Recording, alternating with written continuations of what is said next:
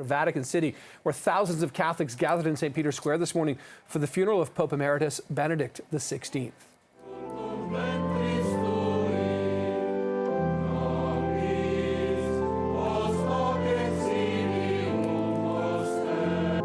125 cardinals and 400 bishops were among those in the audience to pay their respects to the 265th Pope.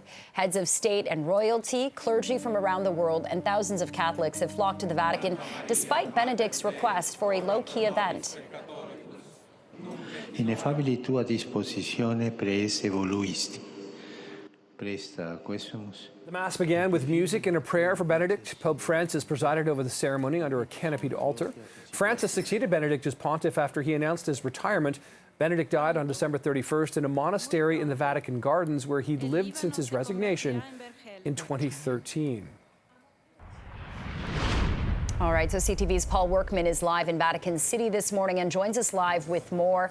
Paul, do you think this was the low-key event that the former Pope had requested?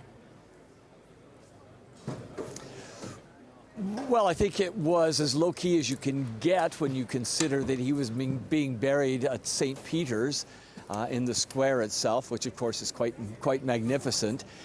It lasted about an hour and a half, and there was certainly a great deal of ceremony.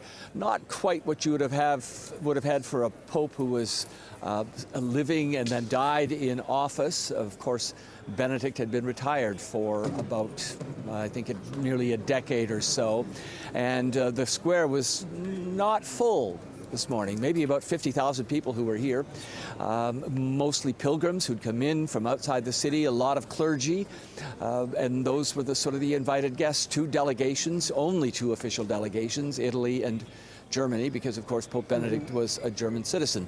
That was the scene this morning. Pope Francis led the ceremony. He looked pretty frail himself, quite frankly. He was brought in a wheelchair. Pope Benedict's body, after the ceremony, after the funeral, was taken back inside the basilica, and he was buried in a tomb underneath. In fact, it was the tomb that was once used by Pope John Paul II. Interesting to see, and Paul, I'm sure you spoke to some of the people, you know, those thousands, tens of thousands of people in St. Peter's Square. What was the sort of mood and takeaway from people that were there today for that service, for that sort of hour-long service or so? Well, the people who were here, I think, were quite passionate and quite had a great deal of affection and respect for Pope Benedict. There were quite a number of Germans, of course, who would have come here to pay their respects and to honor this German Pope. Not a lot of emotion. Again, it's because Pope Benedict was, Pope Benedict had been retired for a long time, living quietly his life here inside Vatican City. I guess this brings an end to a very unusual chapter in Roman Catholic history, where you had two popes coexisting in the same space. And Pope Benedict, of course, was a much different figure, much lower key, quite imposing, quite conservative. And that may be one of the reasons why he didn't fill the square today. He didn't have the same kind of charismatic appeal that a pope like John Paul II did, for example, or even Pope Francis. And that, as I say, may have accounted for the fact that there wasn't a huge and massive crowd here this morning for his funeral. Yeah, certainly a contrast in styles indeed. That's CTV's chief international correspondent, Paul Workman, joining us from Vatican City. Thank you, Paul, again. Thanks.